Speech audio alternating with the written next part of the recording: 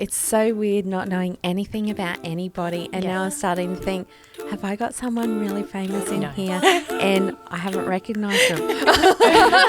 Who are you and what do you do? No. Hey, I'm Ange. And I'm Beck. And we are the Gold Diggers, because we believe there's gold found in everyone. Everyone is unique, interesting and exciting with a great story to share. And we aim to find it. The question is, can we rise to the challenge and strike gold? Stay tuned to find out as we chat to today's mystery guest. Honey, you're my sugar. So this is how it works. One of us knows our mystery guest and the other doesn't. And today it's Beck's turn to discover the gold in our special guest, Hayley Law. Welcome, Hayley. Hello. Welcome to the show, Hayley. Thank you for having me. Now, it's so good to have you here. And I can't wait for Beck to dig for the gold in your story, because we actually only just got to know each other more recently. Yes. So I think some of this is going to be quite revelatory for me. So to give you a little bit about Hayley, she's 44 years old, been married for 20 years, got 2 kids, 11 and 6, and recently moved to the Sunshine Coast. Lovely. Yes. So there we go. Shall I leave? Yes. All right. See you soon. See you. Honey, you're my sugar. So, Hayley, so good to have you. I've just loved getting to know you because I think you've got such a wealth of experience in your life. You've lived quite an adventurous life. You've done a lot of things that perhaps aren't normal for most of us, because you're a professional singer, songwriter, dancer, actor, and basically all-round creative. Yes. I think there's some interior design in there. Yes, I'm also a florist. Floristry. I'm very hard to define. I'm creative. I'm hard to define, definitely. But from the age of 5, you Yes. had this dream of being in the entertainment industry and really pursued that. And I know probably one of the things that you were heavily involved in was an Andrew Lloyd Webber theatre production called Aspects of Love. Correct. That was my first Now, I can't remember that. professional. Yeah, I was 13. I actually turned 13 through it, and I was on there for about a year. I toured Australia with it. That was my first kind of real job. So, and then but dream come true. From then you've been signed with Sony at one point. Yeah, I think from there it just kind of continued. So I did some film, some television, and then just continued sort of bouncing between the different genres. I wanted to keep myself open. I love theatre. I've always loved theatre, but I also wanted, if opportunities came, I was very lucky to be able to experience different genres, and they're all really good for their own reason. So yeah, continued. And so because we met this week and we had a chat, and I think the thing that I really love about you is that despite all this wealth of experience that you've had, you've remained really, really humble, and I think you really understand the things that are truly valuable in life. And I often think that when we've had a lot of these experiences, because I can feel a bit similar, I've had access to a lot of great adventures and holidays and things in life. I think it helps us sometimes to appreciate the simpler things in life. Definitely. And I kind of feel like you're in that season where family, connection, community is so much more important. And I think you've got a really great perspective on that and put a lot of time and energy in that, and have even sacrificed some things in order to pursue that, which to me means you've got so much to offer, and there's so much wisdom in there just in how you've processed that journey, how you've gone through the entertainment industry and some of the highs and low points of that. I'm really looking forward to getting into that with Beck. So that to me is your gold, is the fact that you've remained really humble in an industry that probably promotes otherwise. Yeah. So I don't know whether you've had to work really hard at that or you've just protected that, but I think you've done a wonderful job thank you. in doing that. So we'll bring Beck back in and see what she pulls out. It's called Beck Book. Beck. Possibly. So she's back. Yes. I think I called you Book. I said, bring Book back in. But I kind of feel like it's one and the same. Pretty much. Yeah. We I knew live what you in meant. books. So. Well, Beck is a publisher. And so when I look at Beck, I see a book anyway. So. Yeah. Now I've got like these bookish bifocals, multifocals. Look, even more bookish now. I think you've got a hang up about wearing glasses, Beck. I think you need to get over this point now. Getting used to it. It's the over 45. Yeah, I know. It's Right. just, anyway, I'm there now. So Yeah. But they're suiting you. You're rocking it. thank you. Yes. Thanks. So, Hayley, Hi. over to you. So, my first question is, what is your favourite food and why? Oh, I could say vanilla slices because I have a friend who really likes them. But That I think I might know who that friend is. okay. Oh, I love Italian. Yes. I think my go-to favorite food is just always Italian. Yeah, any specific one? I love all of like the creamy carbonara, like the creamy Yeah. yummy All the dishes. naughty stuff all you the naughty shouldn't stuff, have. like veal and yeah. everything. Yes. Yeah, all of it. I totally get that. I love Italian food too. Yes, that's my favorite. So, you've been married for 22 years. Yes. How did you meet your husband? Lots of different pathways, actually. We bump. My husband is an audio engineer, Yeah. so we would often meet through different projects. So I would be singing and he would be doing sound, and we kept sort of bumping into each other. Right. I think we really connected. I was doing like a video hits. I was with a band called Cherry, right. and we were doing like a video hit show or something, and he was doing the sound, and we'd been touring for weeks away from home, and I was like 19, I think, at that age, so I was still quite young, missing my friends, missing home, and I saw him. I was like, "Oh, Brad!" Big hug. I was like, "Oh, I'm missing you guys." Yeah. And then I think he was like, "Oh, hello." She's a bit forward. Was he like, are you missing you guys or just me? Oh, and he was like, and I think that's where we sort of started talking, and Yeah. we actually then sort of began our own friendship and started talking more. Before Yeah. that, he was kind of very aloof and Right. Yes. Okay. So if you get that key, girls, if you into a guy, just go give him a hug. just go up and be friendly. Like, give him that invitation. A super enthusiastic hug. That's right. I made him feel important. That's right. So I know nothing about you, but now I know that you're a singer. Yes.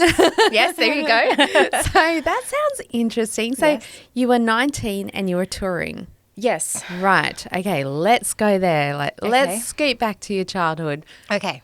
As a child, did you perform for your parents and love Okay. singing? I think it started for me grade 1, Yeah. like what do you want to be when you grow up? And I remember putting together a Whitney Houston track with backing vocals, fully choreographed, No. costumed. And I was like, I'm not just going to tell you my story for Grade sure. I'm 1. going to show you what I want to be when I grow up. And I just remember belting, "How will I know?" Like, That's brilliant. Grade 1. and that's kind of how it was always my dream. Yeah. I grew up watching Young Talent Time, and I wanted to be like Danny Minogue and Kylie Minogue. And Yes, I remember that's where it those started. days. Yeah, I collected all the Young Talent Time cards. Do Right. you remember them? yes, I do. And you I swap do. them with your friends if you had doubles. And yeah. So that's kind of where it started. And then I went to dance class, and yeah, I just sort of kept going and going. And then 13, I got my first professional job. At 13. At 13, Andrew Lloyd Webber, Aspects of Love, and then What? did some film, some TV. What role were you in Aspects of Love? I was young Jenny. So at that point, because I was so young, I shared the role with another young lady. Yeah. And I was the young Jenny. So I also, in the first act, I played lots of different roles. Right.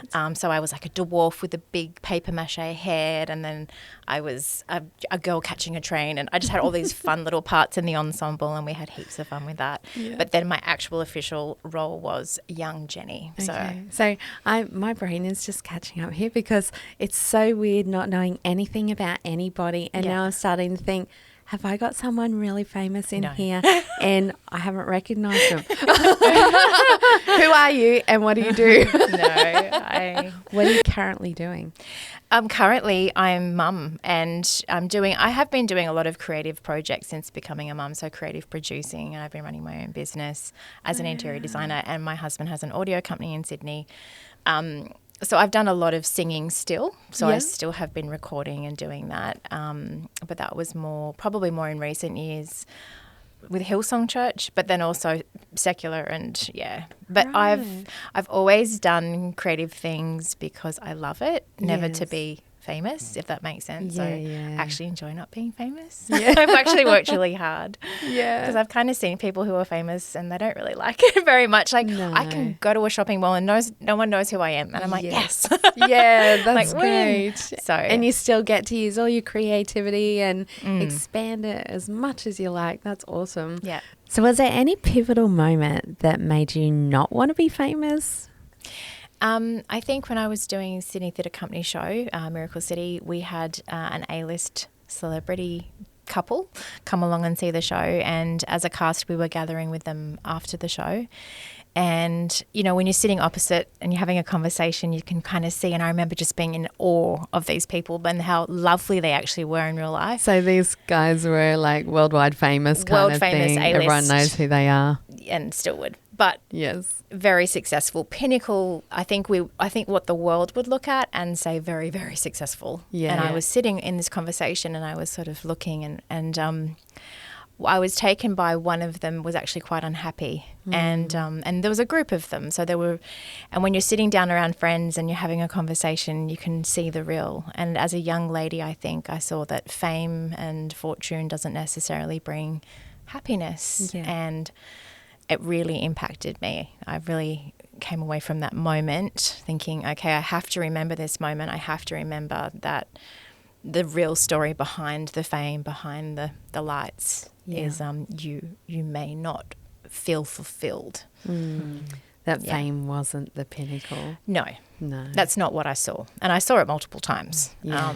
But what I get from your story really is that you were in it just for the love of it and Yeah. the enjoyment of it. Yeah. And it's just what you love to do. So Still am. with no other motivation than that. Yeah. So good. Yeah.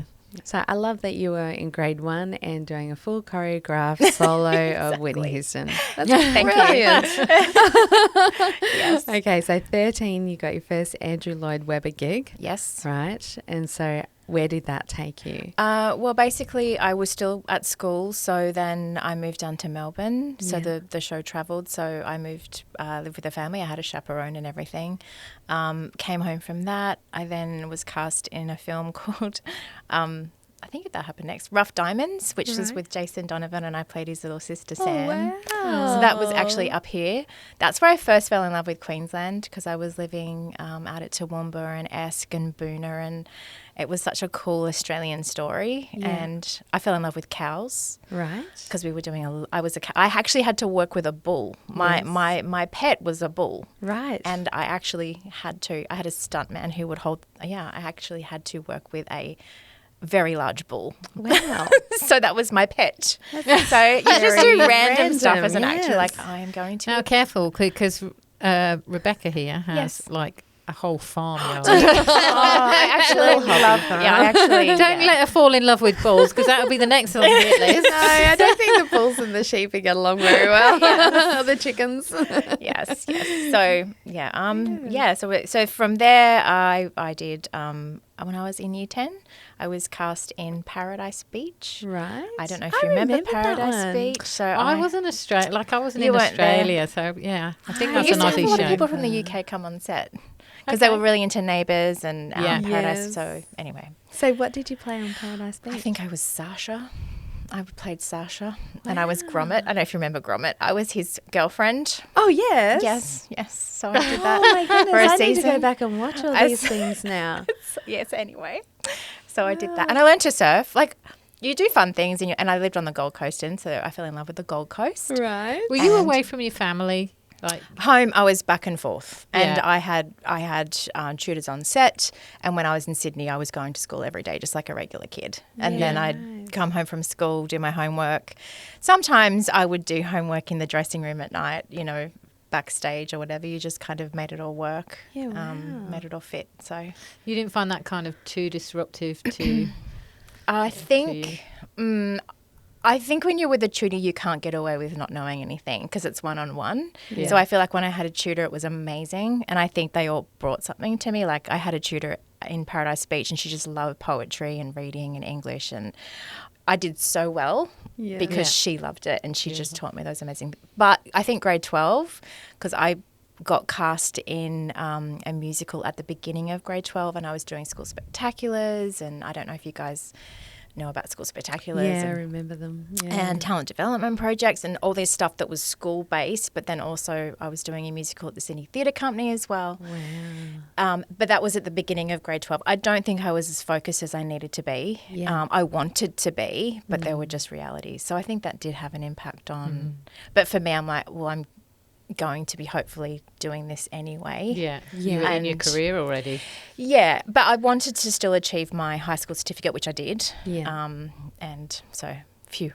Yeah. And that It was was on the hard. Gold Coast, or that was in Sydney? I was living in Sydney. So it's sort of, Yeah. I think I lived for 6 months on the Gold Coast, and I think it was a 4-month up in, when I was filming in Queensland, but I would always go home and just be a regular kid, go back to my school. And what was it like working with Jason Donovan? Because back in those days, he was a mega star, wasn't he? He was. Honestly, they were really fun. Like, I was actually going through all my photos the other day, like, you know, photos, and putting them all in albums because we were moving, and so many fun moments, and they were just all so sweet. I think I was really lucky to have so many people that I grew up with that really influenced me in such a healthy, constructive way. Yeah. And I feel like the more successful people are, the kinder and more generous they are in their conversations, and the more they want to help you, because he was kind of a child actor and he could see the path I was wanting to take, and there were many people like that that I had the privilege of working with that were so sweet and kind to pass on their wisdom. Yeah.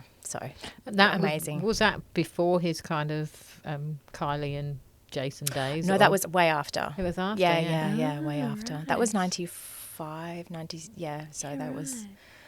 Yeah, so I grew up, It's strange So working you grew with up someone watching that him, yeah. I think the strangest was years later, like I was married and I did a musical called Leader of the Pack where I played Ellie Greenwich. Look her up. She's the most amazing woman in the world. I fell in love with her. But she's a songwriter from the 1960s and I was playing out her story. Yeah. But the person I ended up playing out the story, my husband, was Dita Brummer.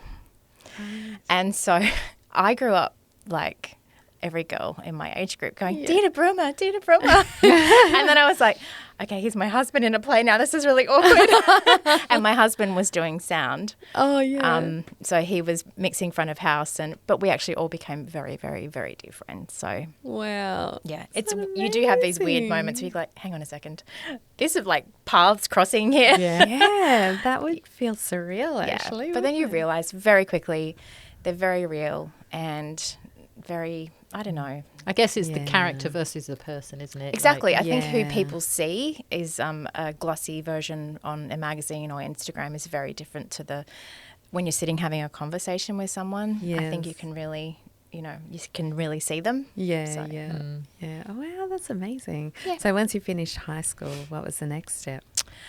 Cherry. So Michael Browning, who was a manager of, I think, In Excess, saw myself and 4 other girls performing at the Talent Development Project. We've graduated and at School Spectacular, and he was like, you guys are really good together. And then he's like, would you be interested in forming a band? And, girl bands are becoming a thing again. This is around the time of Spice Girls. Yes. Hadn't quite... I don't think even All Saints or any of those bands were out yet. It was all quite fresh. Yeah. So we started just rehearsing, working with songwriters and going to different labels. Yeah. And we ended up getting signed with Sony Music. So, Wow, that's amazing. and it came quite organically, which was nice Yeah. too. We were a bunch of friends from high school who kind of grew up performing together, and How many in the band? 5. Yeah, wow. Yeah, 5 of us. That's the magic number, isn't it, for a girl band? Well, there were 4 there were 4, there were 5. But we chose 5 because there was 5 of us who kind of were friends, and we all brought something really different. Like one of the girls was Jamaican, and her parents had moved out from Jamaica, and she moved to Wagga Wagga and ended up studying in Sydney, and like all these amazing stories. So yeah. Wow. So where did you perform? all over Australia. I think one of the things that we did that was really fun is we supported Ricky Martin because he was Yes. quite big at that time. So we were his Wow. support act. So we got to tour I with do him. remember Terry. Yeah. I think you possibly remember the songs, but maybe not. What's You one? don't fancy singing one? Yeah. Sing SOS, SOS. They're all like pop songs. Oh, yes. And then we did a cover of I Want Your Love, I Want Your Love. That one. Wow. Yeah. Okay. I'm a bit embarrassed now. No, I think that's ringing bells for me. Like, did you reach England? Were you? Possibly, yeah. Yeah, maybe. Yeah. I'm going to have to go and Google now. Yeah. Yeah. I actually kind of love that a lot of this stuff was before the internet really took flight. True. Although stuff has snuck on there a bit, but Yeah. Yeah. all the really embarrassing stuff isn't on there. But it does seem like, you know, girl bands or boy bands, they've gone with the introduction of the internet and that, aren't they? Like, Yeah. the music industry's changed so much. Oh, yeah. It really, really has. I mean, I think the Backstreet Boys released some good stuff recently, and then I think Justin Timberlake did a bit of a revamp with his band. Anyway. But in terms of new ones coming onto the scene, it's a lot harder. Yeah. totally. Yeah. Internet. I think a few more indie bands are making it now because it's just a bit outside of the box. Yeah. Whereas it went real, DJ for a while, and Yep. then it's like back to your garage kind of band again, and Yeah. it's doing a bit of a cycle. But it's interesting. Yeah. And you were in a good era because it was before the internet, so you could still kind of make a mark and not be overcrowded by millions of people. Yeah. No, that's great. Oh, so with Cherry, what happened? Did you disband or? We were together for about 3 years. Yeah. So we released 3 singles and we recorded an album. But I think we'd sort of all gotten to a point where we were ready to. The band was like, we're ready to all sort of go our own directions, and Camille wanted to do sort of solo projects, and I was kind of itching to get back into acting, and I think we'd kind of taken it as far as we could. Yeah. But we had the best time. We Yeah. had the best time. So yeah, I still ended up working with Zoe. So her and I worked together quite a few times on different projects, which was great. Yeah. So So you're in your early 20s at this point? Yes. Yeah. And was that when you met your husband? Yeah, around that Yeah, time. okay. So and what were you doing then? What I shows was were in you Cherry. doing? Okay, so you met him I was while in you- Cherry. Yeah. So Right. and I think I then became more aware of other things in the world. Like I did a trip over to Mexico with some friends through church, and Yeah. it was really cool. Like it was Mexico, so we were going into third world country, and it was a program where you could actually build homes. Yeah, right. And I loved it. I literally had to save every penny. Yeah. And I remember selling my stereo system and my CDs. And for a year, I saved and I saved and I saved, even though I was a pop star earning money. But really, you're not. Yeah. Because you're still really young. Yeah. I saved and I saved and I saved to go and do this trip. And I don't know, it just changed the way I thought about the world a lot and the way I saw the world. And I think that was the first time that I experienced seeing. I remember going and seeing these young girls coming out of these homes that were literally built on a rubbish tip with garage doors, and they would come out immaculate, like their hair brushed, and they were so lovely, and I loved spending time with them, and we got to go to an orphanage, and I was like, okay, I'm so lucky. I am so lucky. We are so lucky where we live. And what we have access to, and I was think that like a turning point for you? yes, massively. Yeah, That was one of the richest experiences for me, I think. Yeah, right. Because I just really opened my eyes. I was like, okay, I want to see more of the world. I want to understand more about different cultures. I want to understand. Right. Yeah, So because they where were so did- happy. Yeah, They were so happy. With so little. With so little. Yeah. And I was like, there's something to learn from this, you know. Yes. Remember you telling me a story when we met last week, just that, you know, you were this pop star, but you were out in King's Cross, I think it was. Yeah. And you would stop and talk to girls that were on the streets or to the homeless. And it was also like your production team was saying, you know, what are you doing? What are you doing? I remember doing, my friends had a thing that would, a van that would go out and they'd take bread and they would feed the homeless in Sydney. So Sony was based at that time in the Cross of Sydney. So you're like, you know, it's the red light district. So we'd finish recording till midnight or whatever, and then I'd meet up with my friends and I'd go and hand the bread out. And then sometimes, you know, you'd have record executives sort of walking past and they'd be like, what are you doing talking to a prostitute? I'm like, I'm feeding them. We're just chatting. And I'm like, I just would like to be able to do this. I'm not, this is me in my private time, helping others. And they're like, okay, well, you're a pop star. So I'm like, isn't that good that, that, So they were a bit worried about the how it would public present. image. Yeah. Yeah, right. And I remember taking a bunch of photos actually when I went to Mexico, because they were like, oh, maybe we'll do some media coverage in Dolly magazine or something about it. But it never really went anywhere. So because it didn't fit the image. Right. So which I respect, because I'm just one person of a team. But it was obviously very much a part of your heart and your nature. Yes. To want to experience the other side. Yeah, totally. So did you go on more with mission work after that? Yes. So my husband was doing sound when we were boyfriend and girlfriend. He was doing monitors for Youth Alive. Yeah. And my old script teacher in the area that I grew up with, it was sort of overseeing it. And then we kind of bumped into each other at an event. She's like, oh, cool, would you come and sing? So then I ended up traveling with my husband and this Youth Alive over to Europe. And I think it from that moment, ever since I sort of crossed between doing that kind of work and then, the sort of normal secular, arts and entertainment industry. Yeah. So, because it's just, I don't know, it's really nice helping people. That's good. Yeah, very different. So what would you say has been the most challenging time in your life?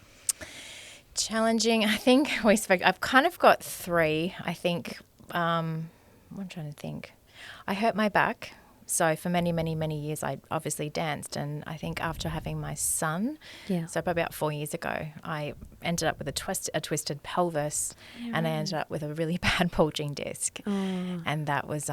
was that caused from pregnancy? It was caused from childbirth, and I didn't realise, and it kind of just twisted more and more and more until one day it just popped. Oh.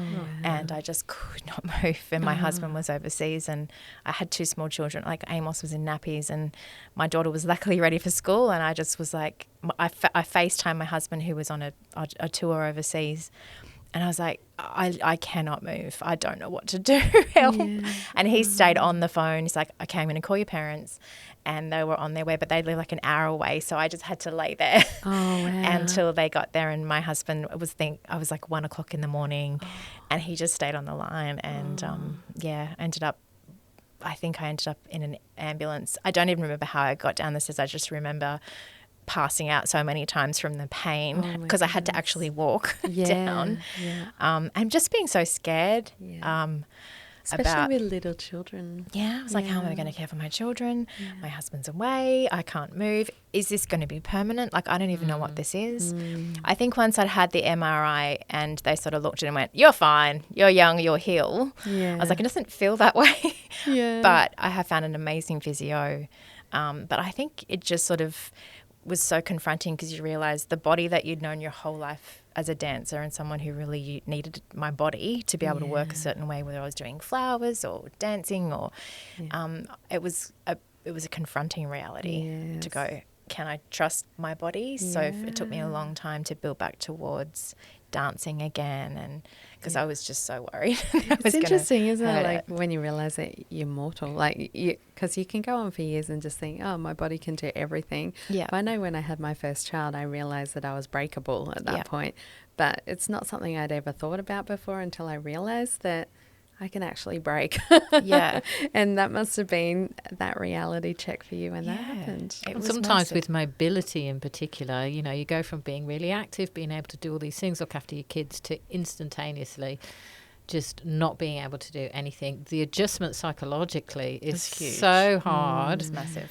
Because you're just trying to work out what are your limitations, what are your restrictions, and to come to terms with that. It's it's not an easy journey at all. Yeah, I remember doing physio and he's like, so this is how you need to bend to lift your child, and actually learning how to do everything properly. And it was crazy. Yeah, wow. But got through it. Yeah. And so you said there was a couple of really challenging moments. I think so this is probably more, I think throughout my life, and I'll only give a slice of the cake because I want to be respectful. I won't give the whole thing. But I've had to learn, I think, about boundaries. And I feel like as I've gotten older and older, I've kind of realised that there may have been some cycles where, because of the nature of what I did, I wasn't necessarily good at putting boundaries in place. And I think Christmas last year, I had to put some boundaries in place with my immediate family, particularly with my mother, because I was just like, okay, there's certain behaviours that just need to stop, certain a little bit of control, I guess you could say, that I never really noticed because I think it was more subtle, but I think it could have just possibly been because of what I was doing and everything. But it did get to a point I was like, okay, I have to put some boundaries in place for myself, for my kids. The changing of your life, so being in production and everything, I guess people close to you would have helped manage you, manage where you're going, what you're doing, how to get everything organised and get you to where you had to be in time. Is that right? And I think I was like, oh, they were so helpful. But then I think looking back, I'm like, maybe there were some paths and some boundaries crossed And then I guess as you develop into parenthood, you don't so much need those roles anymore, do you, being looked after for you? Yes. Whereas you can kind of take that a bit more yourself. Is that what you mean? Yeah, I think, I think, you know, when you become a parent, you start really evaluating, well, how do I want to raise my children? And I've always been a very hands-off parent, I guess. I've always let my children sort of discover for themselves who they wanted to be. And everyone was like, oh, my daughter's got red hair. And when you're in acting, a lot of the kids in TV commercials have red hair. Like, they're actually quite popular. I don't know what it is, but there you go. There you go. Looking good for me. So everyone's like, get her into an agent, you know, again. And I was like, I want her to be able to choose that for herself. Yeah. I chose it for myself. It was something that I was always passionate about. But I can also see where, you know, agents and my parents did sort of, you know, I don't think I had enough say sometimes. I can understand as a young that person. as a parent of a creative. Yes. That's kind of on a musical pathway. I think there comes a point where at the start of their creative journey, you're like, I don't know, 80% as a parent responsible for you're taking them to different events, auditions or whatever, and you may be encouraging them. Then there comes an age where perhaps it's 50-50. It's half their effort and half our effort. And then as they grow older, I think it becomes 80-20 to eventually. And we're in that stage now where it's 80-20. We might encourage this or that, or just talk and unpack what's the future look like. He's about to graduate. But there comes a point where really you just have to kind of let them go. So it is a gradual process, but it's difficult for a parent when we've been so sort of in control of the future to let that go and let them decide for themselves. I get it. I do get it. Yeah. So I think that's why for so many years I was understanding and gracious, but then I could see certain behaviours affecting my children. I was like, okay, I've got to draw the line. And I drew a line at saying if I don't do something, the cost could be very high for me. Like, I could lose certain relationships within my family. But I was like, you know what? It has to stop. So, yes, so that's been a massive thing. Yeah. So I've gotten through that well, and the kids are doing well. But, Do you think that's something that people in the entertainment industry or have a history like yours actually do have that issue? I think it happens a lot. Like, I do hear, you Britney Spears, and you hear different stories of where I think Vanessa Amorosi came out recently and said her finances when she was younger that was being managed by her mother, which often happens. I mean, when I started earning real money, I was only 13, you know, and so it was going into banks. But I can see that my parents were trying to help me save. But then I can also see how I was basically financially independent from the age of 13 because I was earning money. I was paying for cab charges, and I was, you know, to get myself home from jobs when I was living away from home, I was paying for those things. I was paying for rent. I was paying for food out of my income. And I'm like, I guess it's maybe more independent, but I look back and say, okay, I have been financially supporting myself quite heavily from the age of 13. So, you can see how if you don't understand and you do put too much trust in your parents, or you can see how it could become unhealthy. Doesn't always happen. Lines get very blurred. Yes, and unfortunately it gets worst case where you've got stories like Britney Spears and it it can happen. But Yeah, right. So what would you say it is that has been your main driving factor? I think my main driving factor is to remain teachable. I feel like I've just added layers to my life of creativity, and so I've explored. I've learned makeup. I've learned when I had kids at home, I was creative producing. I was working with interior, doing set designs. I'm going to study interior design. So my best friend and I studied interior design, and we found out that we loved it, so we ended up doing a business with it. And then I ended up studying floristry, and when my son was quite little, so he was 1.5 years. Yeah. So I don't know. For me, I just always want to learn and expand, and I hope that even when I'm quite old, I'll still just want to learn and grow. True creative, just wanting to create. Challenge myself. Yes. And you were saying that you're part of the Hillsong Church, is that right? I was, Yes. I sang with Hillsong for many years. I big different church for quite a few years first, but my husband was involved with Hillsong United for about 20 years doing monitors and touring. Obviously, we don't work for Hillsong, you never worked, but it was a employed as a self-employed job. So I would then go along and I started singing as well. So for a few years. So we ended up working together. In Sydney. Nice. And tell me about your faith. When did you become a Christian? Around the time that I went to Mexico. So Okay. I had a friend from school, a couple of friends from school. Actually, it was Brad's younger brother. Yes. Who was friends with a few friends, and they're like, oh, we've got an Easter camp, and he actually paid for us all to go. And we thought it was like a surf camp. So like, yeah, cool, we'll go, we'll hang. And then, we knew what it was, but at the same time, we're like, yeah, cool, whatever. And then, I just got so impacted. I'd been around music my entire life, and there was one guy on a piano singing, and something in the music and the way he was singing, I was like, he actually really means what he's singing.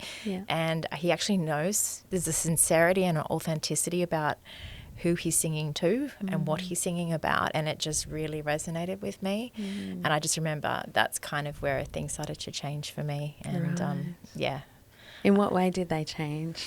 I became a Christian at that camp. So and then from that moment I literally laid everything down and said, I'll do this, because I was signed to Sony at the time. So I was like, I will lay it all down. I'll walk away from it, or God, I'll continue. Like, but where would you have me go? I'll go wherever you say. Yeah. And he's like, remain, stay, see the season through, and I'll show you what's next when you get to it. So he did. Lovely. Yeah. And now you're a mum of 2 children. I'm a mum. So tell us about that journey.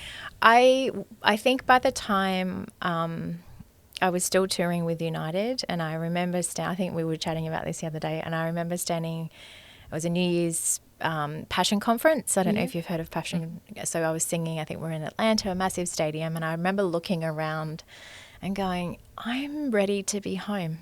Yeah, right. I'm ready to be a mum. I'm ready to just be settled, because I feel like, from such a young age, I'd been traveling, I'd been working, I'd been career. My husband and I had been working and traveling, and I was like, I just want to be home. I want to be mum. I'm ready. Like, I'm ready to leave this behind. It was the weirdest, like standing on that stage and looking around such a big arena and going, I think I want to go home now. It's like, wow, okay, that's definitely God's timing, because I was just ready. And I don't think up until that point I had been. That's where it started. And being a mum has been the best part of my life. I'll get emotional. That's great. If I talk too much, I will. Well, let's go there. Let's get emotional. Was it that you were kind of looking at that stadium going, I'm over this, or I'm ready for the next thing? Just ready. Yes. Just ready. Yeah. What an honour. Like, I remember standing around and go, I think I was playing through my head of every dream I'd ever had. And I've always been a big dreamer. I think that's another thing that I'll always continue to do. Like, take that little girl in grade 1. Yes. I always thought that I could. Yeah. I always believed that if you worked hard enough and you were and you were dedicated and you just kept trying and you had a good heart, that you could. No one ever said you can't, and I did. It was in you. It was in me. So I feel like I stood on that stage and I was playing out all the things that I'd done and all the places I'd seen and what I'd been a part of, and I was like, wow. Yeah. Okay, I'm ready for the next chapter. So you felt fulfilled. I felt like I'd literally dream. ticked every box I could possibly imagine at that point of my life. Yeah. And I was very ready. That's great. Okay, so then you came home. Well, we went to Vegas, my husband and I, and what happens in Vegas does not stay in Vegas. Let's just say that. We didn't exactly plan for it, but we just stopped unplanning to not have children, and it happened very quickly. Right. Yes. And you were into that next season. And then we're like, okay, here we go. This is happening. Yeah, so the timing was obviously very right. Yeah. For sure. So your heart was ready to be a mum. Very much so. Yeah, and you're loving it. My daughter came along and she was incredible, and I just fell in love with her, and she was so easy. I think, I was very lucky. She slept very well, and my husband still continued to tour and travel. So I made the decision that I wanted to be consistent, and I wanted to. So I was still singing and I was still doing stuff, but I made sure it looked different because I wanted to be available. I was just saying in the intro that I think sometimes when you've had such like a full life, that sometimes there comes a point where the simpler things become more valuable to you, such as just parenting and that, because you've as you said, you've experienced everything that you can, and then actually you've discovered what really is valuable in life, and it is often the things that we all have access to, or just some of those simple, even mundane routine things actually become more valuable to you. So we ready for some gold now? Yes, I was going to dig a bit more into your parenting. We Dave's giving me the cue that it's time to wrap up. Sorry. There's so many layers. I know, because there's so much more to go. Like, I mean, that's just the surface. There's such a beautiful. I'm not going to take your gold, but there's such a beautiful person underneath all that. Yeah, I feel like you burst into the world with this just effervescent personality, ready to shine. And it sounds like your whole life you have shone, and everywhere you go, just taking the sunshine with you. And that's a beautiful way to live. And I think no barriers to your dreams. You've just gone, this is who I am, and you've just gone with that, and developed every area of your creativity to the best it can be, and it's been amazing. You've hit the peaks all the way along and had an incredible life story to show for it. So I think that is amazing in itself, just to be able to reach those dreams so early in life and to continue it on for quite a long career as well, and to still be in that space of singing and performing, and then to know the moment when it's the next season, but to appreciate all of it. Like, it sounds like you've just loved every step of the way, and then fallen deeply in love with your children and this season of being a mother. I think you're someone who embraces life fully and gives fully and loves fully, and is just wholeheartedly shining the way that you should be shining. So thank you. It's a beautiful way to live. It is, and you know, I see that you've been so driven in your life, but some people can have drive, but it almost leads them to unhealthy, being in an unhealthy mindset and to pursue things in an unhealthy way. But I don't get that from you at all. I think you've just really balanced your life really well, and particularly now. And I kind of get the sense that the next season for you is really going to just broaden this social justice side for you. I think there's be more opportunities for that in the future, where you're just going to come alive, and it's, you know, you're going to feel really fulfilled in that season. So I'm excited to see what comes. I think there's something really special too in finding your purpose young, isn't there? And being able to step in that from an early age, and I think that's really special when that can happen too, which obviously has happened in your life. So that keeps you on track, I think. Because it's not always easy and perfect. It's really hard. But if you've got that direction sometimes, and you know where your heart is and where your skills lie, and to kick out at grade 1 with Whitney Houston. That's awesome. I love it. That really impressed you, didn't It really babe? did. I'm imagining like just you going, you know what, I'm doing this well. I'm going to rock that grade 1 class. Yeah. That's because you got a dancer in your family. Yeah. And also Ben, my son, he played drums for the class in grade 1. So Okay. it might have been. Yeah, it was grade 1. So Tony took in the whole drum kit and he did a class performance, and There you go. that kind of led the way to where gave him that first boost of confidence, Yeah. and now he's playing in bands and everything. See, So, there you yeah, go. That's it. Grab Both it. got Yeah. musical families. There you so, go. yeah, we get it. Yes. Thank you so much for being with us, Hayley. It was Thank really you. great to hear your story. I felt like we could do a whole other podcast to Yeah. delve a bit There's more. Layers. It was so great to meet you, Hayley. Thank you for coming in. Thank you for having me. Thank you. Pleasure. Honey, you're my sugar.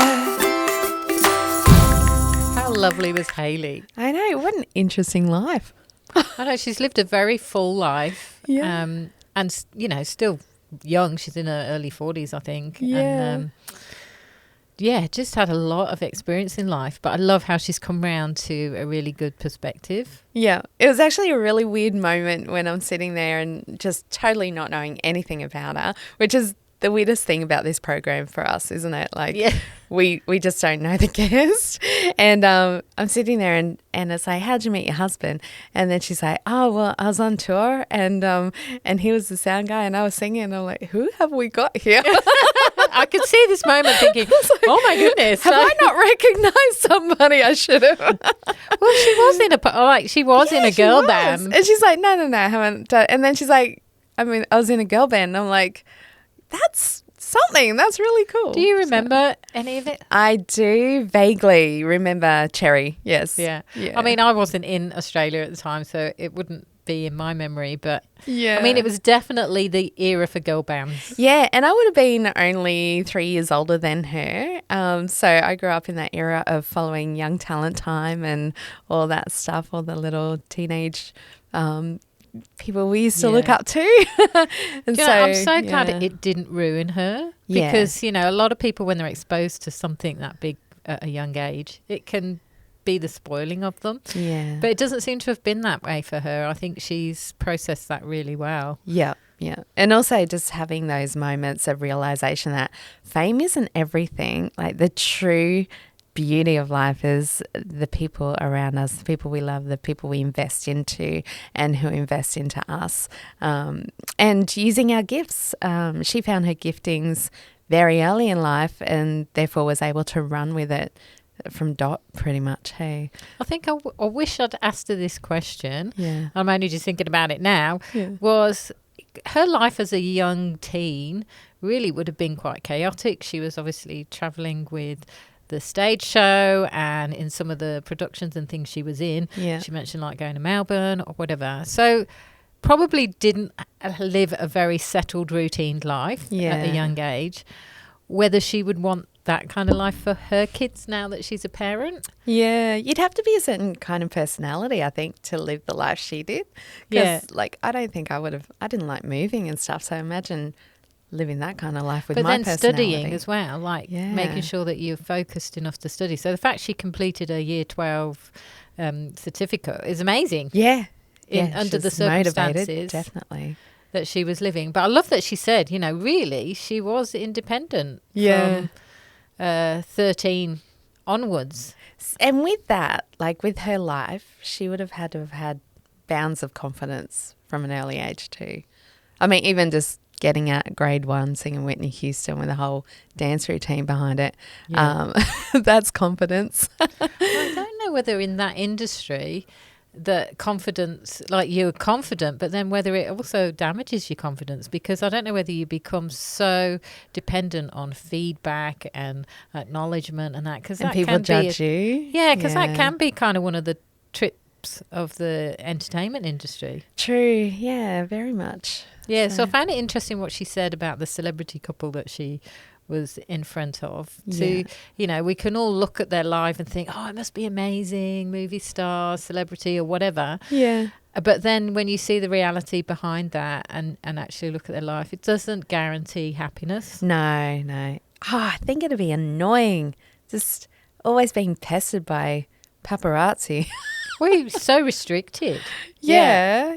And just the freedom to be able to live a normal life like we do, where you can just go down the street, do what you do without being bombarded. I don't think I'd like it at all. It'd be annoying. I think you'd feel quite restricted, and also everything then is under scrutiny. Yeah, that's it. You couldn't do anything. Can't go to the bathroom without someone knowing about it. That's right. Nah, like a bit of normality. Yeah. So I think she's got a nice balance. She can do what she loves, gets enjoyment out of it, has built a successful career around it, but still gets her freedom. Yeah, she's honestly done it so well. And now she's enjoying motherhood and finding the beauty in that as well. So, yeah, very inspiring And we story. also got a little sneaky peek of her voice. She sang for us. Yes, that was clever. Can you just sing that song for us, Hayley? I think we got 2 songs, didn't we? Yeah. So it was really great to hear her story. I felt inspired by it. I think she's got a lot of wisdom and a great perspective on life. Yeah, and she's living to her potential, which is